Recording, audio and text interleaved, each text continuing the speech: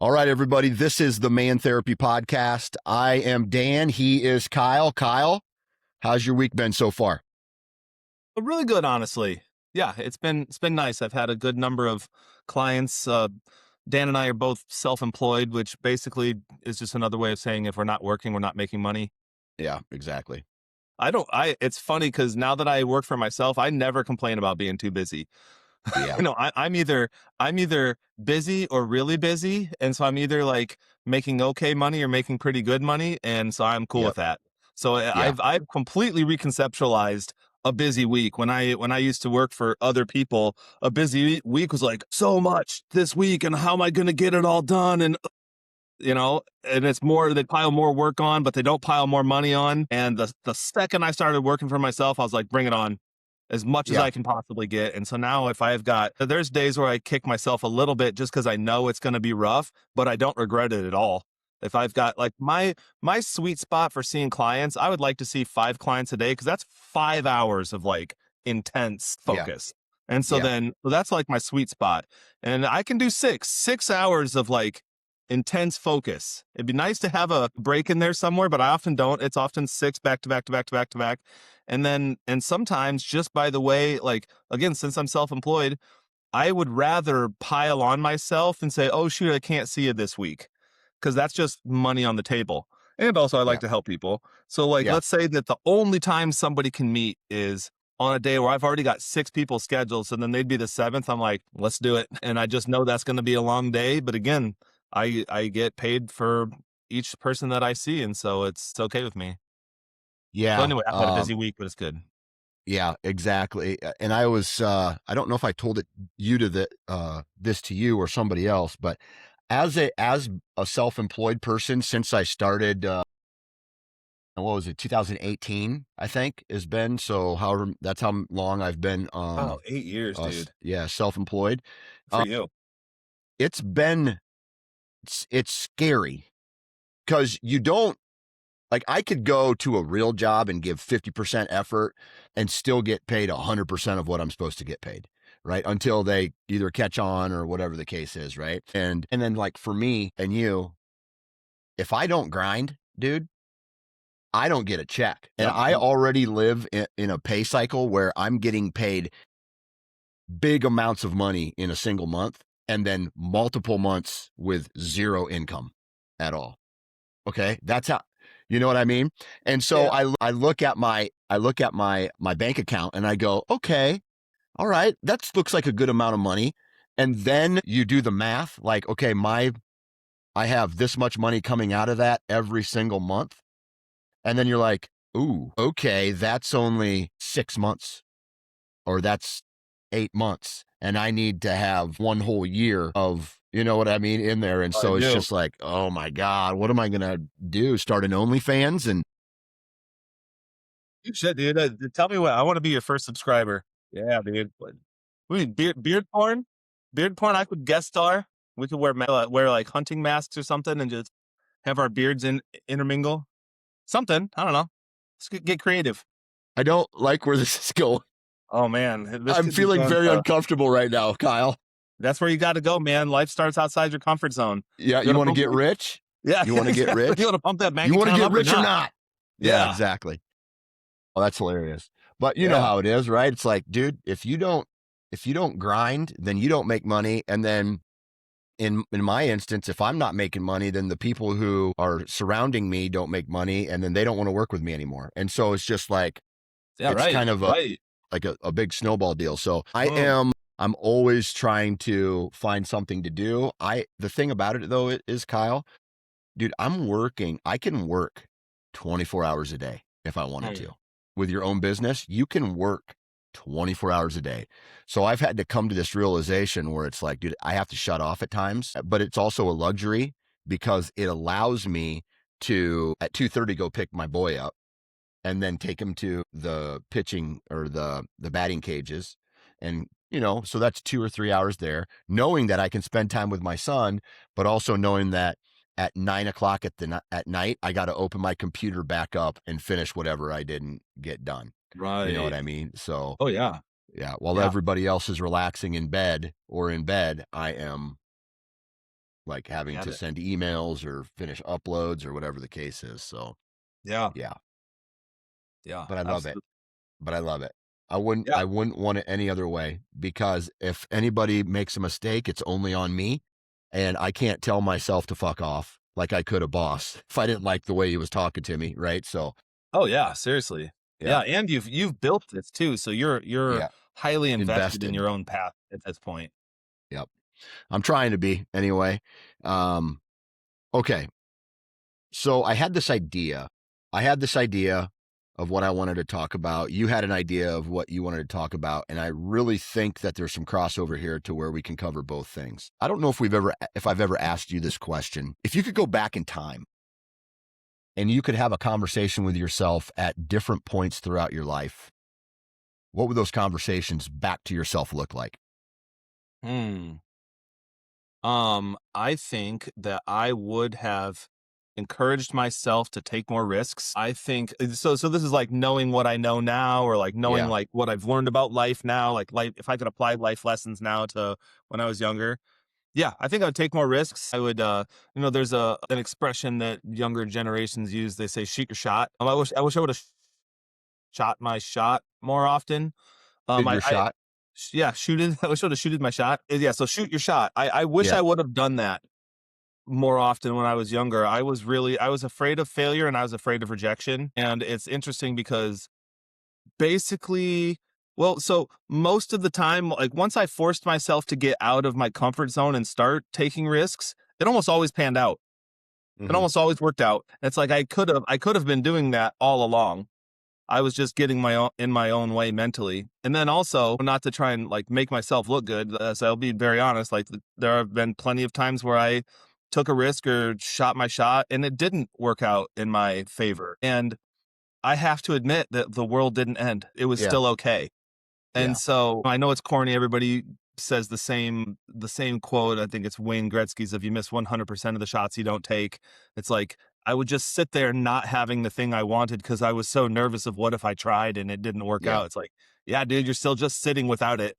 Yeah. Without whatever it is, like, the better job, or asking the girl out that you're interested in, or whatever the thing is. But dude, I would have taken a lot more risks. Dude. I would have said, Kyle, fuck it. Believe in yourself. Roll the dice and see what happens. And I would have said, you're going to be okay either way. Yeah. I think that's 100%. that's the main thing that I would have said to myself. Yeah.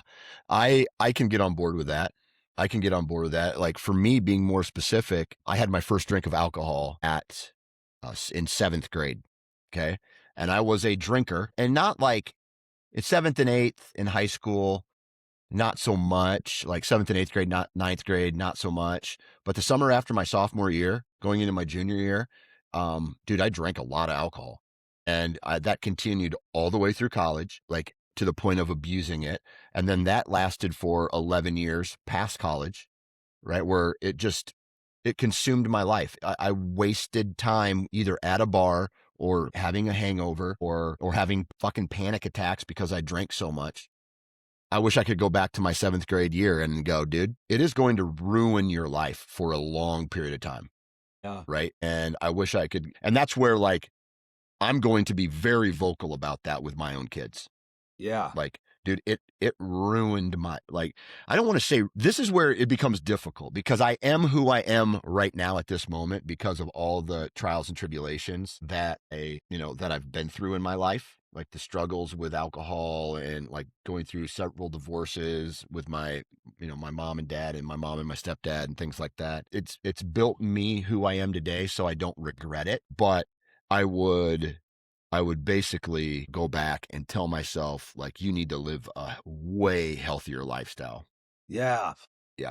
Yeah. That's the other thing. When you asked me that question initially, two thoughts popped Yeah. into my head, and I lost the other one. But yeah, the other one that I lost is like, Kyle, don't lose the progress that you've made.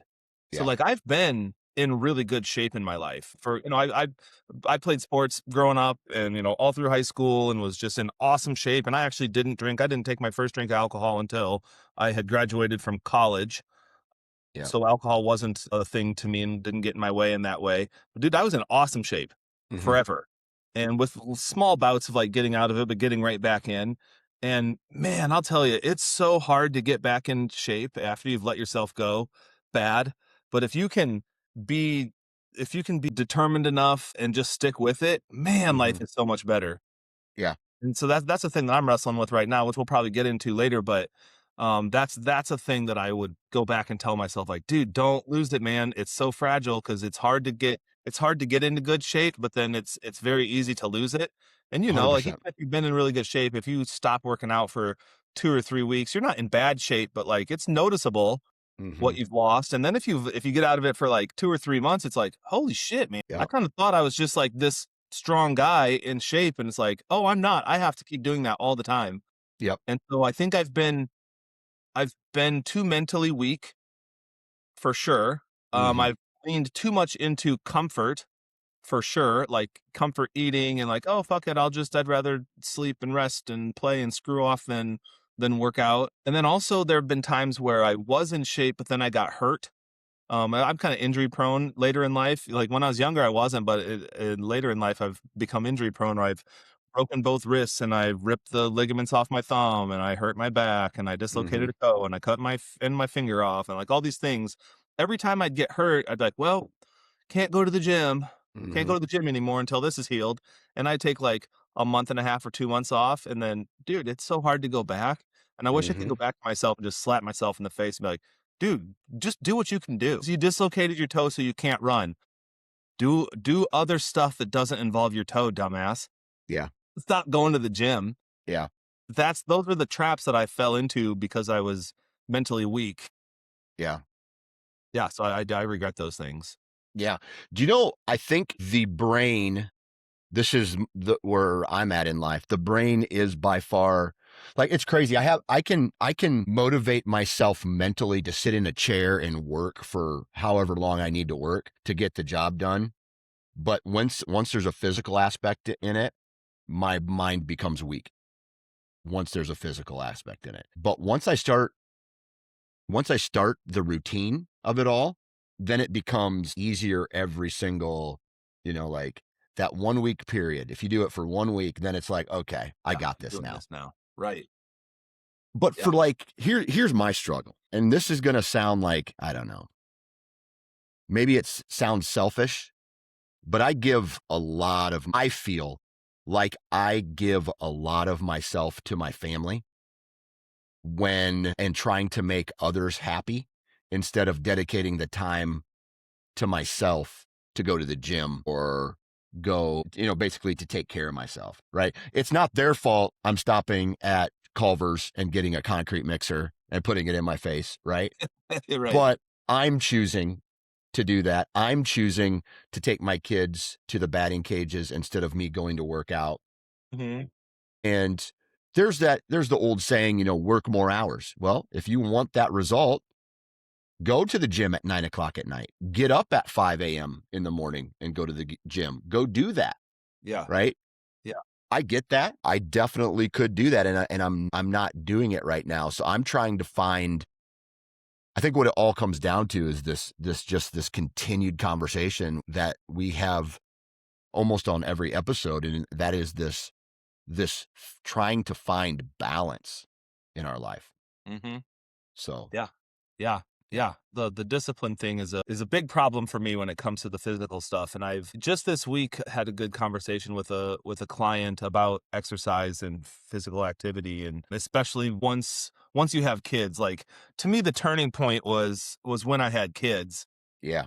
When I didn't have kids, I could go to the gym whenever I wanted, Hmm. and I was training for marathons and doing a lot of running, and like that would require me to go leave for 2.5 hours to run, and I could do that like in the sweet spot of the day. I could get off work, eat like a tiny snack, and be like, all right, well, I'm gonna go run for 2 hours.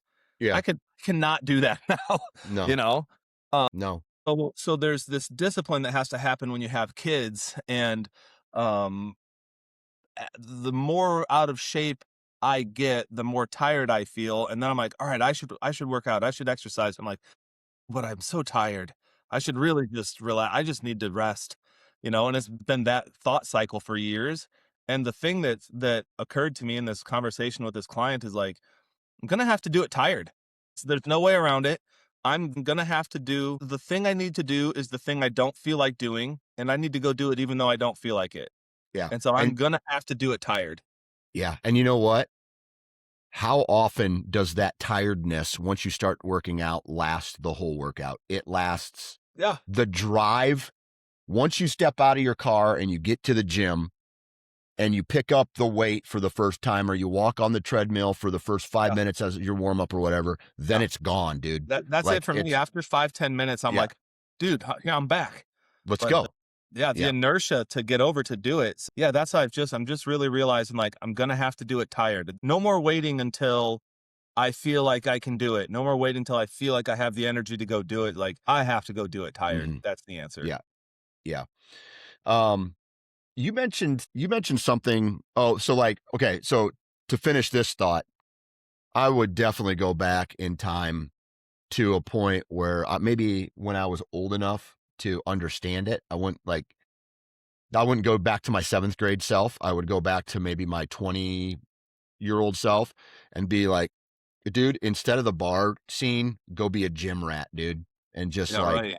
go live in the gym, go work out, go on hikes, go do adventures, like go be outside more. And I know I did a lot of outdoor activities like hunting and stuff and drinking on beer gardens, if that's what you want to call outdoor activities. Like diet and exercise, man. Number one, not drink. Number two, 2A, 2B, dude, healthy lifestyle, man. Yeah. Yeah. That's super true. Yeah, I've slid when I'm not working out, then I eat so poorly just because like that's kind of like my release. That's kind of my comfort, which is it's embarrassing to be super honest with you. Like they're like, oh, comfort food. Like I eat when I'm bored. I have a big sweet tooth. I'm 43 years old. I feel like a freaking 8-year old. Like it's embarrassing. I know that it shouldn't be like that. Uh, yeah, so I'm with you. But when I work out, then I want to eat better. So I'm like, oh, I don't want to like fuck up my progress, or I don't want to feel like shit. I want to feel good enough to keep working out.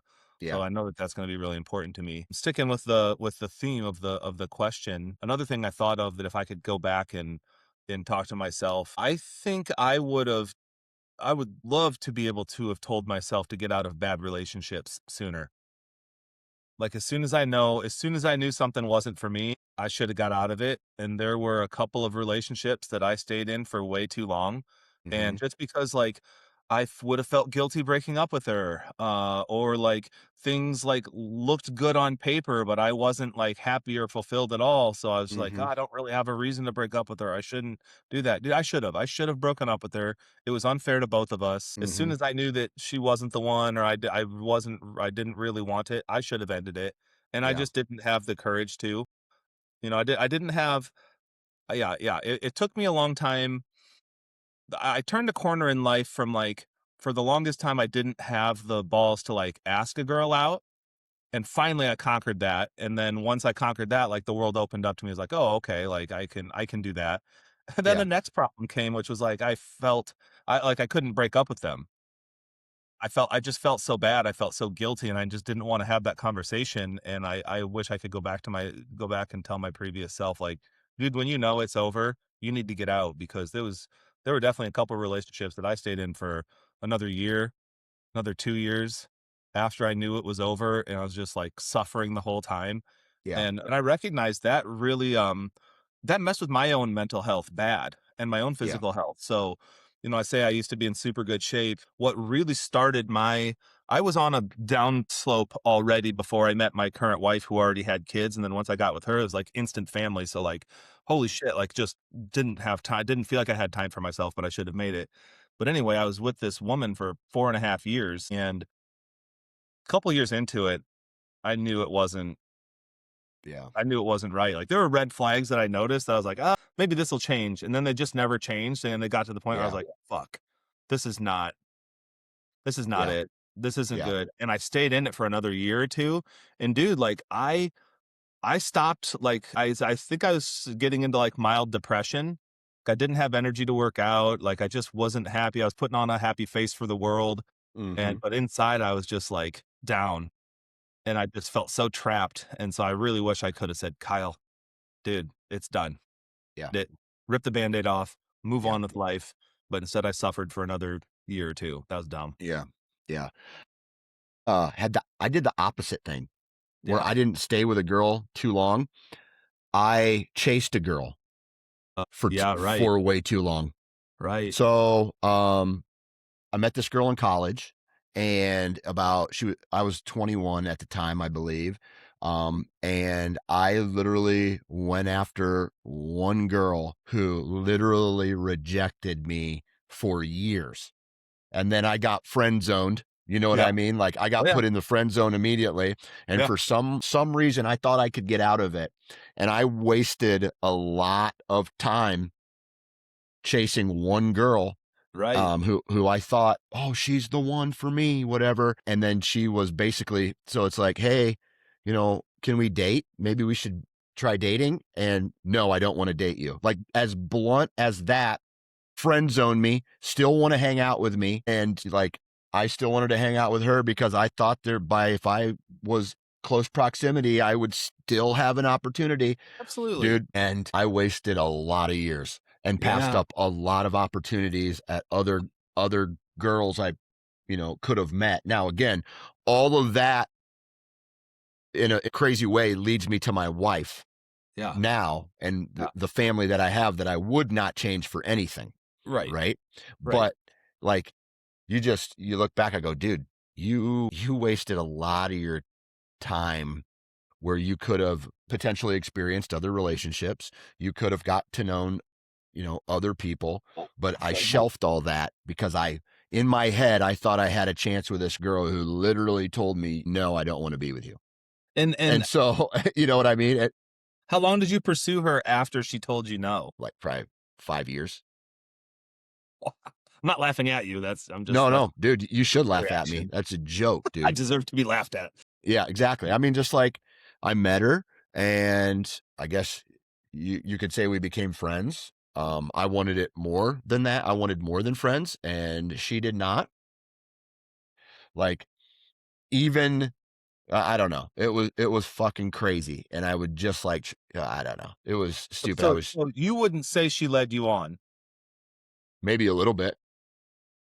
Maybe more you led yourself on because she told you no. She told you she was clear. You said she said as clear as could be like, I don't want to date you. And you're like, we'll Yeah. see. We'll Yeah. see about We'll that. see about that. I'm going to Yeah. give you the old Dan Johnson charm and we'll see if you can resist it. Well, she It did a only really takes good five job to 6 years to kick in. to kick in. It's like an oak tree. Just take your time, you know? No. Man. And so, like, I even had my buddies they were just like, dude, what are you doing, dude? Like, come on, man. And for some reason, I thought I had a chance. Mm, And then I did realize, one day I realized I was like, holy shit, dude. What a dude, you're like a beta male or whatever they call weak yeah. men, right? Yeah. Like Yeah. what are you doing? And I kind of realized that one day I was just like, holy shit. And had, just kind of stopped it all and just was like, didn't start, talked less and less, didn't communicate anymore. And then, met my wife and now here we are having a conversation about shit that doesn't like it kind of doesn't matter anymore. You know what I Yeah. mean? Yeah. Yeah. Right. And so, Right. It was impactful. It's part of definitely a part of your story. But yeah, now you're many years removed from it. Yeah. This isn't a regret of mine, but more like an important lesson learned along the way is that if you have good, solid, healthy friends that truly have your best interests in mind, go ahead and listen to them. yeah, exactly.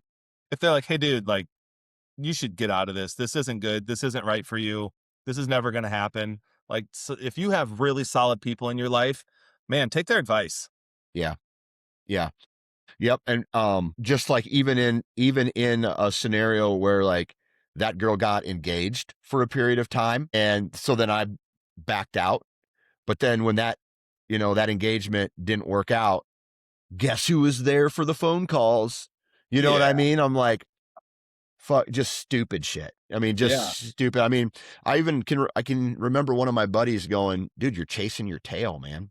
Just like, what are you doing? And so I was like, yeah, I am off Yeah. to something different. Let's Yeah. go. I don't know. So I'm going to be educating my sons. Like, if a girl says she's not interested, you know what? There's a lot of girls out there who are, and go and find one who respects you and appreciates you and who potentially loves you. And I don't know, like, you have a son. What advice are you going to give to your son about dating and relationships? Yeah. Yeah. Pick a good one. Go after girls that are awesome. Hmm. Don't count yourself out. Don't assume that a girl wouldn't like you. Essentially shoot your shot. I would say hold both of you to high standards. So you need to be with someone who is awesome and treats you really well. Simultaneously, you need to treat them well. Don't put up with don't put up with reoccurring shit. Like if there's something about them or something about the relationship that isn't good and you try to address it and it doesn't change, then the writing's probably on the wall. Don't be afraid to ask them out and don't be afraid to end it. There's actually an entrepreneur that I loosely follow, and he says something interesting about business that I realized could overlay on relationships. He says, you need to be really good at hiring, but you need to be even better at firing. And I was like, fuck, dude, that's so true in relationships. Like, go Hmm. after somebody that you think is awesome. Like, the girl of your dreams, go after her.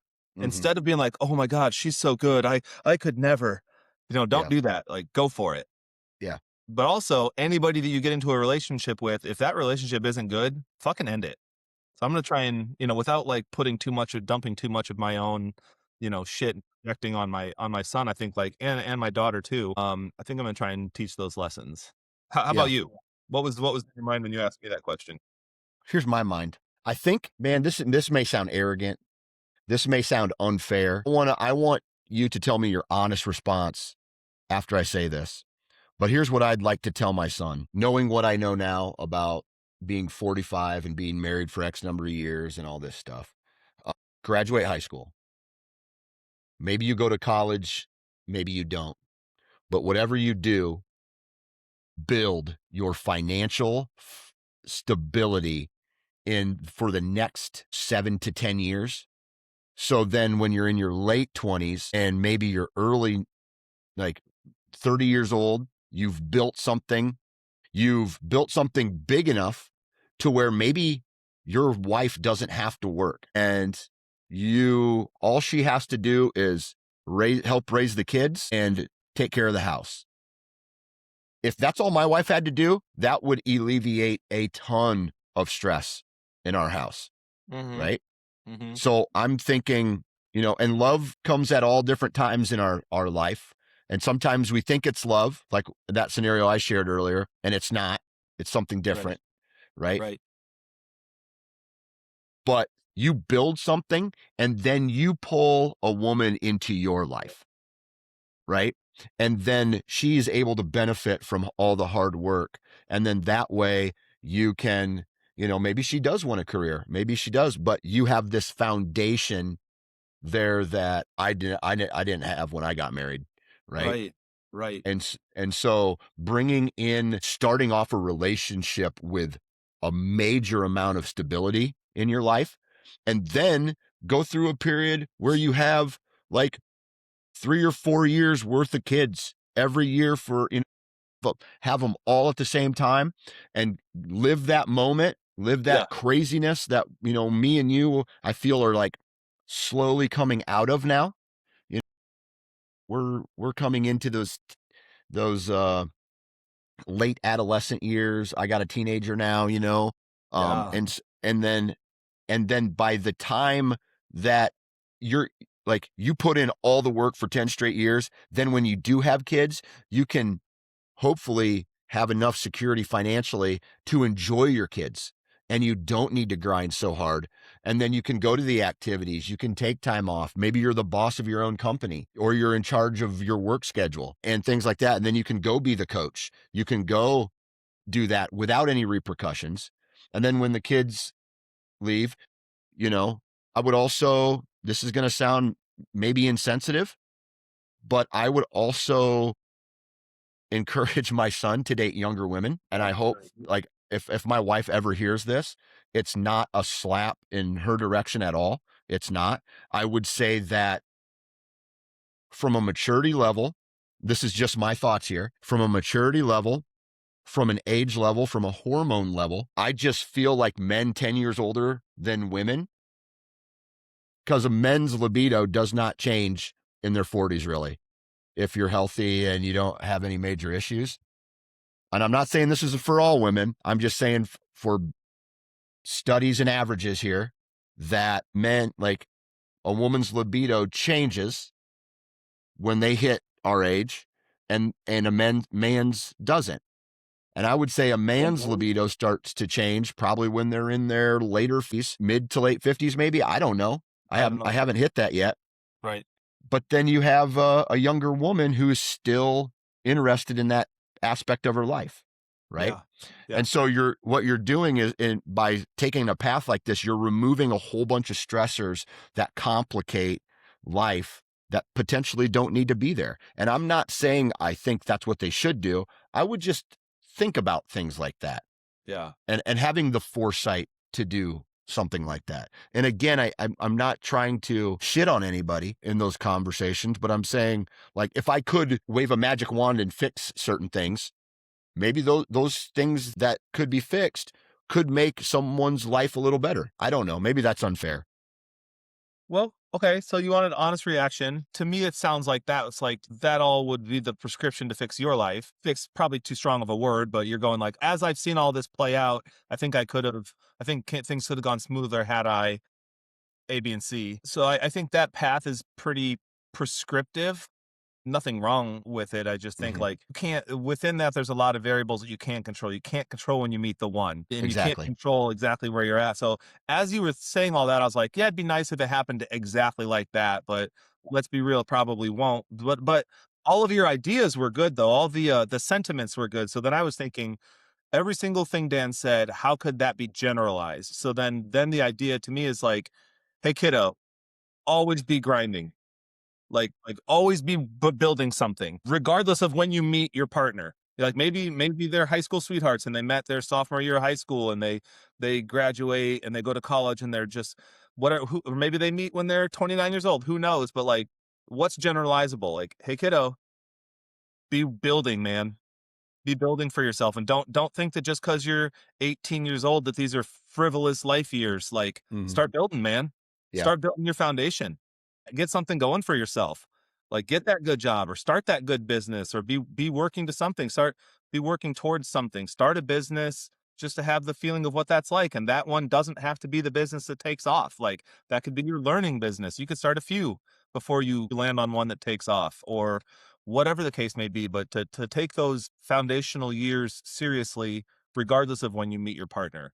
And then when you do meet your partner, like, find somebody that will grind with you and is a good fit for your life. And then the other things that you said, you gave your own kind of caveats about like, you don't have to do it like this, but it'd be good if you kept these things in mind. Yeah, so that was my reaction to that. Like, yeah, it'd be cool if it could all go perfectly according to plan, which I don't think that it usually would, but I do think that the sentiments are all good. So the sentiment being, work towards building something for yourself, because that will always set you up to be better. Regardless of if you have a partner or not, what's going on with anybody else in your life, if you're focusing on your own grind, your own career, your own business, your own whatever, everything else will be better off. Yeah. And that's one thing that I feel starts at birth, especially when you're raising kids. And I know everybody has a different personality, but like for me, man, I feel like if you educate a kid from let's just use the term street smart, like having the awareness to understand when something is off, and you're like, learn how to use your gut to make a decision. Like, dude, I feel kind of uncomfortable in this bar with all these guys. I'm gonna step out before there's a fist fight, type of Yeah.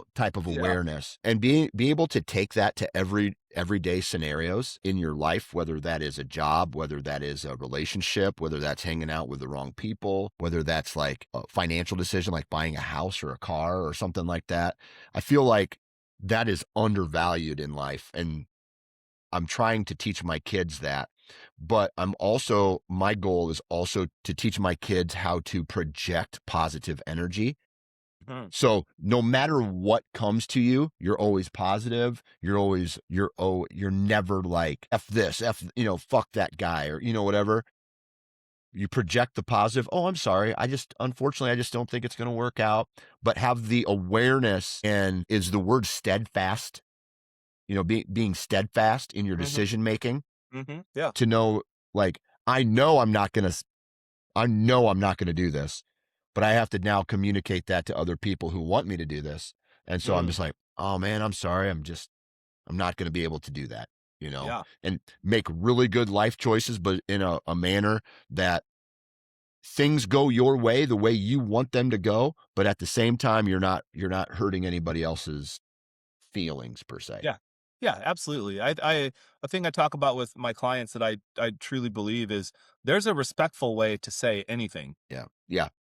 You can tell your boss no in a respectful way. You can tell your partner no in a respectful way. You can tell a stranger no in a respectful way. A telemarketer, a guy that is cold call knocking on your door. If you break up with somebody when you're in your freaking teens or 20s, like there's a respectful way to do any of it. You don't have to be a jerk. You don't have to fly off the handle. Yeah. You mentioned something really, we've had a lot of really good conversations in here. And I think especially for sons, and I have a daughter too, so I'm sure I'll have some very unique conversations with my daughter in the future as she gets old enough to understand relationships, and maybe when she's in her first real relationship, and maybe she'll go through a breakup and it'll mean the world to her at that time, and I'll be there to comfort her. But I think another thing I want to instill in my kids is, just because things get hard does not mean those things need to be over with, right? And I think maybe we can both agree here that marriage and being a father slash husband is probably the hardest label that we've ever had to go through. But just because times get hard, I'm never going to give up on my kids. And just Right. because times get hard doesn't mean I'm going to give up on my wife. Right. Right. Totally agree. So how do you draw the line? When do you know what's okay to give up on, so to speak, and what isn't? I have no idea, man. Right. If I knew the answer to that, where that specific point was, I'd write a book called Knowing When to Leave Your Partner. Right. And I'd make $1 million because it would work. But there is no line, honestly. It's a, it's more, instead of a line, I look at it, it's more of a clock. It's a time. It's not a line. It's not like they crossed the line. Like, let's just say if my wife cheated on me, that's a line and I'm gone with it. But I think what happens in a lot of relationships is that there's not a line. It's just the amount of time someone spends either not getting what they want, or putting in a lot of energy that's not received the way that they want, or they're unhappy for a period of time. Yeah. And it becomes more of a, not an action, but a straw that breaks the camel's back type of moment. And I don't know what that is. It's different for everybody. Yeah. Yeah, I agree. I think in like neurobiology there's this thing called an action potential. And an action potential is when a neuron fires and like makes things happen. And so it's an all or nothing thing. So like these chemicals will build up and build up and build up, and like until there's enough buildup, nothing's gonna happen. But just because the event hasn't happened doesn't mean a buildup isn't happening. Okay. So like I see changes in relationships, or like, when you're ready to quit a job, or you're ready to end a relationship, or you're ready to just have like a really difficult conversation, or whatever the case may be, you can be building up to that. I think that's kind of like your data collection period, where you have a thought or a feeling. It's not actionable right now, but you're like, oh, fuck, this is on my mind. I can't shake this feeling, but I don't know what to do with it. To that, I'm like, yeah, that's fine. Just notice it and pay attention to it and see how much it builds. And you don't know if it needs to build over days, weeks, months, or even years, but do pay attention to it. And at some point, it might build up to the point where it crosses the threshold, and then something happens.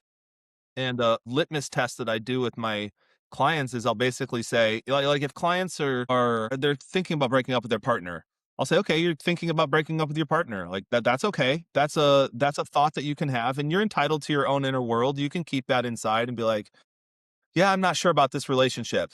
I'm going to just keep my eye on this emotion and just see what it does over time. And so I'll say, okay, here's the test. Are you ready to break up with them today? Do you know that it's over today? Like if you could break up with them and you knew that they would like take it well and that you could be out of this, would you do it today? And until the answer to that question is yes, then the answer is no. That means you're still hanging in there with it. And Be- so, because here's the thing, if you could ask yourself that question every day for 3 years and you could be like, no, I'm not ready to yet.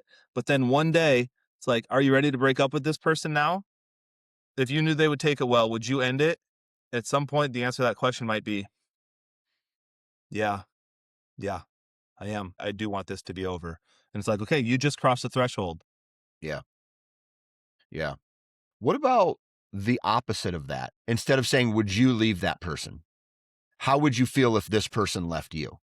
You know what I Mm, mean? Like, because I'm sure there's times where in a relationship, people are in there maybe going through the motions. And if that person came up to them and said, I want out, and that person's just like, okay, like there's no, they're not fighting for anything anymore, right? There's yeah, not right, like, right. well, you want to break up with me? Okay, go for it. I'm over it anyway, Yeah, I think it's tricky because I guess it kind of depends on the person because people don't like to be the one broken up with. I Yeah. think people I mean, maybe you've seen this before, but I feel like I've seen people who want the relationship to be over, but they'd be offended if they got dumped. Yeah. Like, it's like I How wanted to be the dare one. you? Yeah. Yeah, like I wanted this to be over. I know this isn't right, but if they dump me, then I feel rejected. It's like, what? You knew that it wasn't Yeah. right. Yeah. So that that Yeah. that that does get a little tricky to me. I also will say that I see dating as an audition, and I think our first relationships are especially tricky because we go into them being like, "Oh my god, this person's incredible. This could be the one. This has to be the one. This is awesome. She's everything that I like." And you're overlooking all of the negative qualities because you're in this like falling in love period. So I think it's good to like date for a while to like see what happens when that wears off and And when you can handle life without it. yeah, a pressure situation. That's what I Hmm. always like to say is like, what is this person like in a high pressure situation? Yeah, Or when things go wrong, how do they behave when agreed. it Yeah, not in the best moments, but in the worst moments? I agree. And Yeah.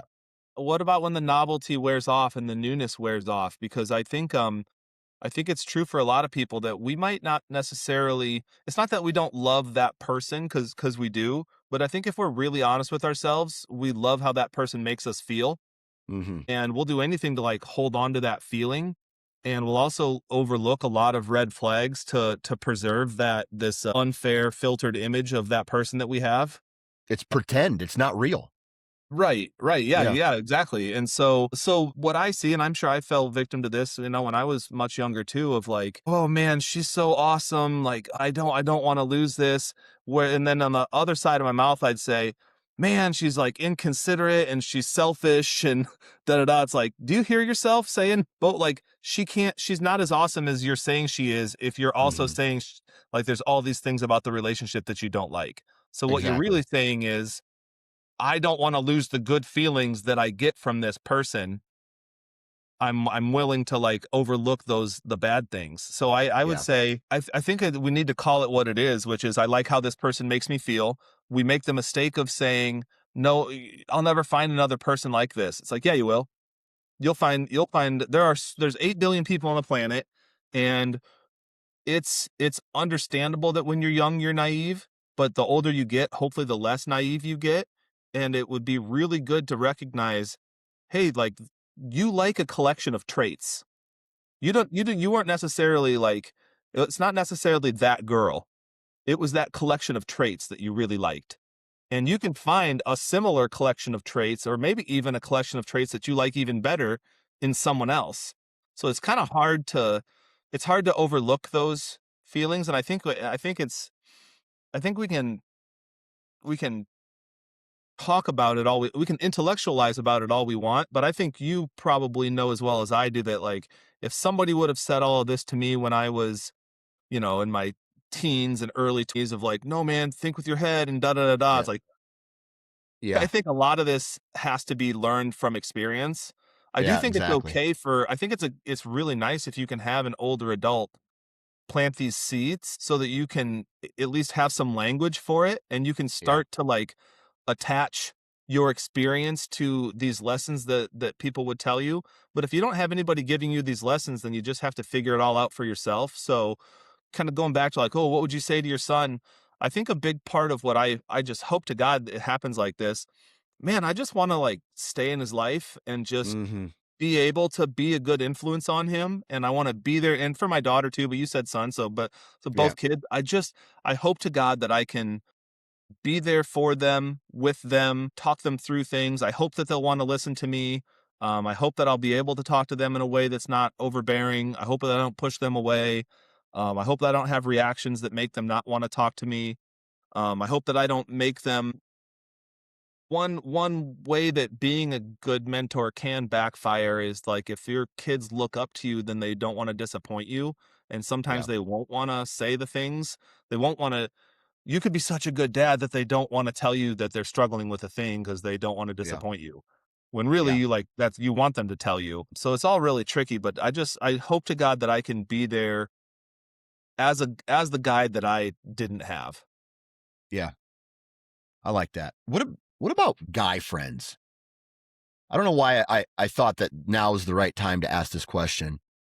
Like, how important I'll be honest, I don't hang around with a lot of guys. This is the most I communicate with any other grown men other than maybe talking to a parent at a practice, another adult male at a practice in Yeah. small talk. Yeah. How important do you think it is for a grown man like us to have another grown man to hang out with, play golf with, talk with, anything? Yeah. Yeah. Hmm. I wish I could speak for everybody. I can speak from my own perspective and that I think it's really important. I don't think our partners are well positioned to be our everything. I don't think I'm probably well positioned to be everything to my wife, and I don't think she's well positioned to be everything for me. I think there are just other parts of my personality that that are able to come out when I'm with other people. I've got some friends that I've had since like kindergarten, and so we have like 40-year long inside jokes and, shit like that. And so Yeah, I get to like let these other parts of my personality kind of come out of their cages, so to speak, and come out to play. And yeah, that's like really fun. It's fun to goof around with my friends. It's fun to go on a camping trip and fuck off and splash people in the canoe and go swimming and all that shit, like stuff that my wife doesn't want to do. I don't know. I think it's awesome. I love yeah, having other friends. I actually, another conceptualization that I have in life is I want to have it all.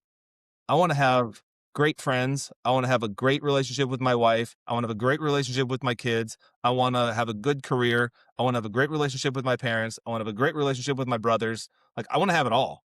yeah, I don't wanna, like, I don't wanna be so focused on one thing that the other berries on the vine are dying off.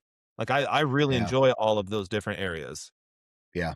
I like that. I like that answer. And I feel like I have a lot of that minus the guy friend. Like I've Mhm. met recently, they're in very small bouts, right? Like I get this for mostly 1 hour every week, which is awesome. But outside of that, there's nothing that I do really. And it's weird because I don't seek it and I don't necessarily want it. Right? I That feel could be like my right. life is so chaotic. Making a plan to go meet a guy at a bar or just hang out Mhm. is like I don't know why, but it seems exhausting to me. That's fair. That's Yeah. fair. I have, there's a one of my lifelong best friends that I mentioned, best friend since, like, kindergarten. He lives, like, 45 minutes away, so we don't get to see each other all the time, but we will make a concerted effort to, like he's a big 49ers fan, so I'll be like, "Dude, can I come up and watch the game with you?" And he's like, "Yeah." So I'll get to go up and then, like, screw around with him, off some steam. We often will get together on birthdays and stuff like that. and it's super fun. But I guess I need that. And if you're saying you don't need that, then that might Yeah. just be how you are. But man, I Yeah. really do like being able to utilize other parts of my personality.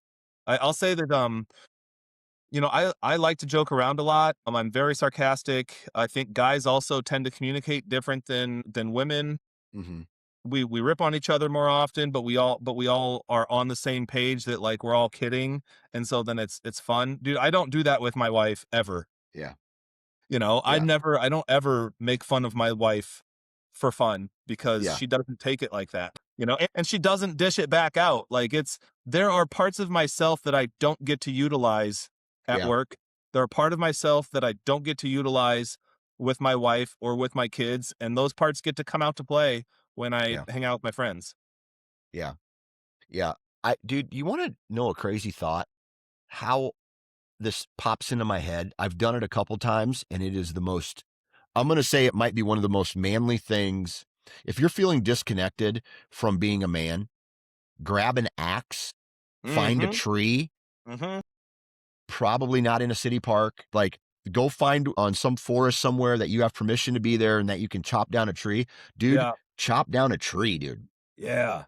There's Yeah. something about that. I did that a while ago and I felt like, dude, I bet you my testosterone was at like 10,000. You You know chopped what it I down mean? and then you ripped the stump out of the ground with your bare hand. Exactly. Kicked it. Oh, dude. Yeah. Love it. Yeah. Yeah. So Yeah. do that.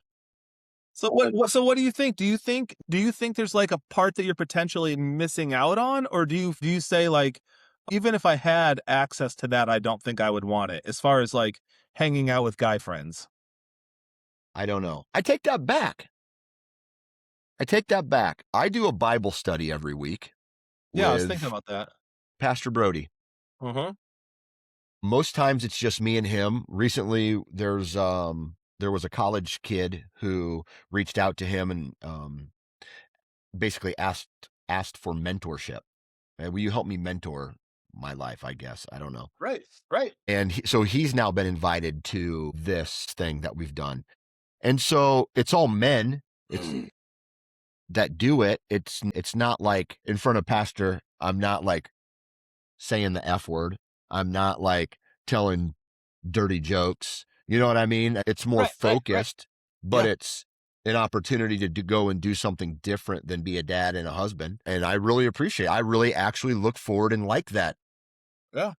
For sure. that time in the week, just like I do this podcast. So I think I don't know. I used to put the constraints on it where it's got to be one of my buddies. It's got to be getting, having some beers or going Right. and doing Right. something. But Right. I think that view has changed over the years of what that is. Yeah. Right. Yeah. I mean, we've had some really good talks in the past where we're just like cruising on the golf cart, pull in to the driveway and it turns into an Right. hour-long conversation about something, right? And That's so, right. Dude, I yeah, I was thinking even in this conversation, I was like, if Dan told me tomorrow that he doesn't want to do the podcast anymore, I would say, "Hey, do you want to meet for coffee sometimes?" right, Like I would right, like this is fun for me. And if we were to meet for coffee, I'd probably be even looser and I would probably swear more and be a lot more crass and whatnot right. because I know I'm being recorded, Because so I there's do hold myself evidence. back. When we Yeah. put this out, there's evidence of Yeah, that's everything that's that we do, exactly right? right. Yeah, yeah. I think this Exactly. is a So, tamer version of how we would probably communicate if the camera wasn't on. exactly. But to the point though, like I enjoy this as well. And even if we decided not to do the podcast anymore, I would still want to meet for coffee Oh, yeah, on for Friday sure. mornings. 100%. And I still, at some point, want you to take me out Frisbee disc golfing because I've done it one time. Yeah. You want to know? I think I told you. Did I ever tell you the story? I know. So um, you know how in life, in college, like I met up with a group of guys and then maybe sometimes you meet up with them for just like a couple months and you hang out with them and then they go a different direction and you kind of intertwine with different social groups. Well, I got intertwined with a social group once where I was a beer drinker and they were a Frisbee golf / weed group of Yep. guys. Yep. And so they would get high and then they would go do Frisbee golf. Yeah. And they invited me to go one time and I brought a cooler instead of a joint, right? They Yeah. did their Right. thing. I did mine thing. Yeah. Dude, it lasted one throw of a frisbee. And there's a frisbee golf park in Cedar Falls, Iowa, that is next to a river. And the guy did his throw, and he's like, "Dude, here, take this one and throw it like I do." He threw it like sidearm, Yeah. and I just winged it, and it went right into the river. And he was like, "What the fuck, dude?" Like, last time I ever got invited to go play disc golf. Yeah. Okay, we'll So do that this summer for sure. Cause I yeah, that's the thing that I wanna get back into. That's a big hobby of mine, and I haven't played it much in the past number of years, but I really wanna get back to it because it's so fun. yeah, Yeah, and absolutely. I don't drink when I do that either, and like, I know you don't drink at all. I actually rarely drink, and I don't need alcohol to have fun. I told you I didn't have a single drink of alcohol until I had graduated from college, so, like, I'm very comfortable doing all of my hobbies and all of my hanging out totally Yeah, sober. yeah, for sure. Hell yeah. I want to bring up one more little conversation here. In these conversations that we have, especially about relationships, I know I'm guilty of it. When things are really good, we don't necessarily talk about the really good parts of our life, right? We always talk about the parts of the life that frustrate us, the parts of our lives that are not good, the parts of our lives that if you were going to write a movie, you probably would just leave those parts out because they're not interesting or whatever, right? And I think two things here. One, that a lot of times people weigh the bad parts of their lives against the good parts of their lives, and for some reason that small little bad thing manifests into something that becomes greater than what it needs to be, Right, like right. the making the mountain out of a molehill. Yeah, Okay. yeah. And the thing that I want to say is that I think sometimes a very small little bad part can overshadow something where it's like, I'm not getting this little thing of what I want. And I'm going to give my wife, I am going to talk about my wife right now, and I am going to give her a lot of credit Mhm. for her being a mother and her being a wife, because she is an outstanding person who shows love in her own way towards the children, who shows love in her own way to me at sometimes, right? It's just like it's different, but she is the type of person who will go to bat for you in her own way, right? Like, she's a mama grizzly bear. She is protective of the kids, and she has the kids' best interests in mind.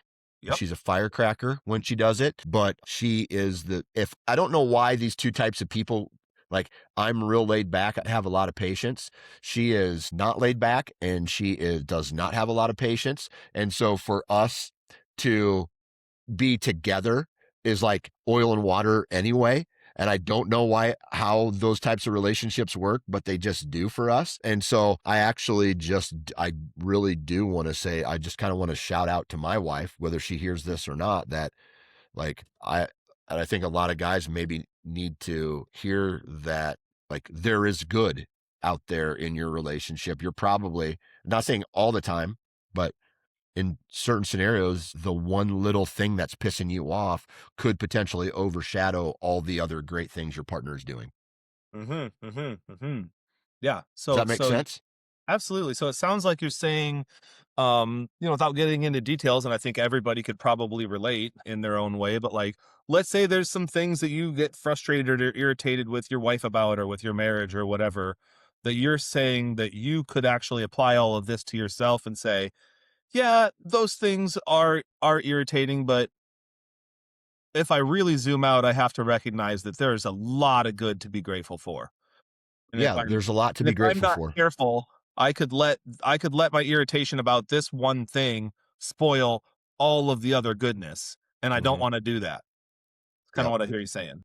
Yeah, I mean, I don't know why this metaphor popped into my head, but, like, if there's one piece of bread that has a mold on it, you don't need to throw away the whole loaf.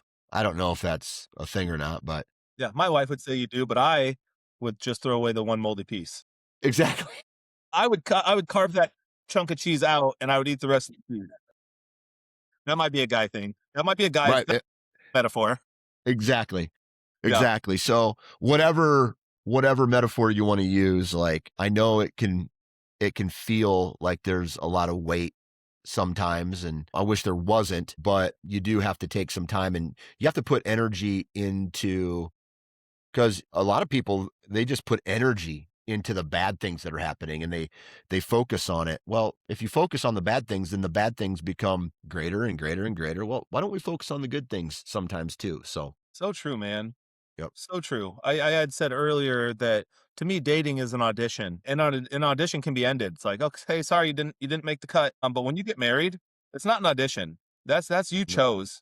And same Yep. with kids. Kids aren't an audition. It's like my kids are frustrating. Well, get rid of them. No, you're not gonna get rid of them. You're gonna do whatever you have to do to figure it out.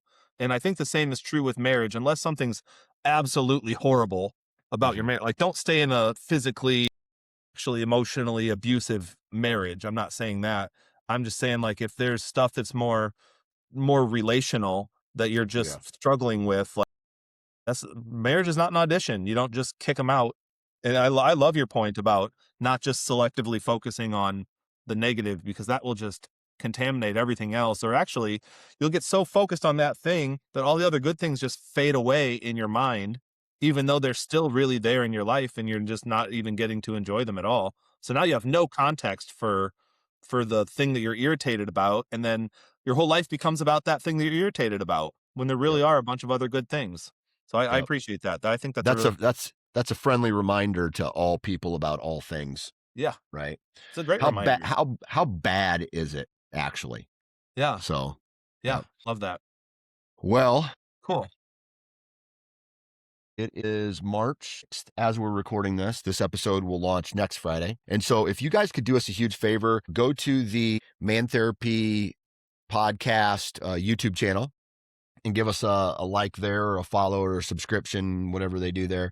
That would be awesome. Also, go to iTunes or Spotify or wherever you download and listen to the Man Therapy podcast. Please leave a review for us, a 5-star review. That would be awesome. Let them know that Dan is a knucklehead, and really Kyle carries the weight of this entire podcast Just gotta because let of his, people know yeah, that. his knowledge and things like that. But outside of that, thank you guys for listening. And Kyle, any final words? See you next time. Thanks for meeting with me, man.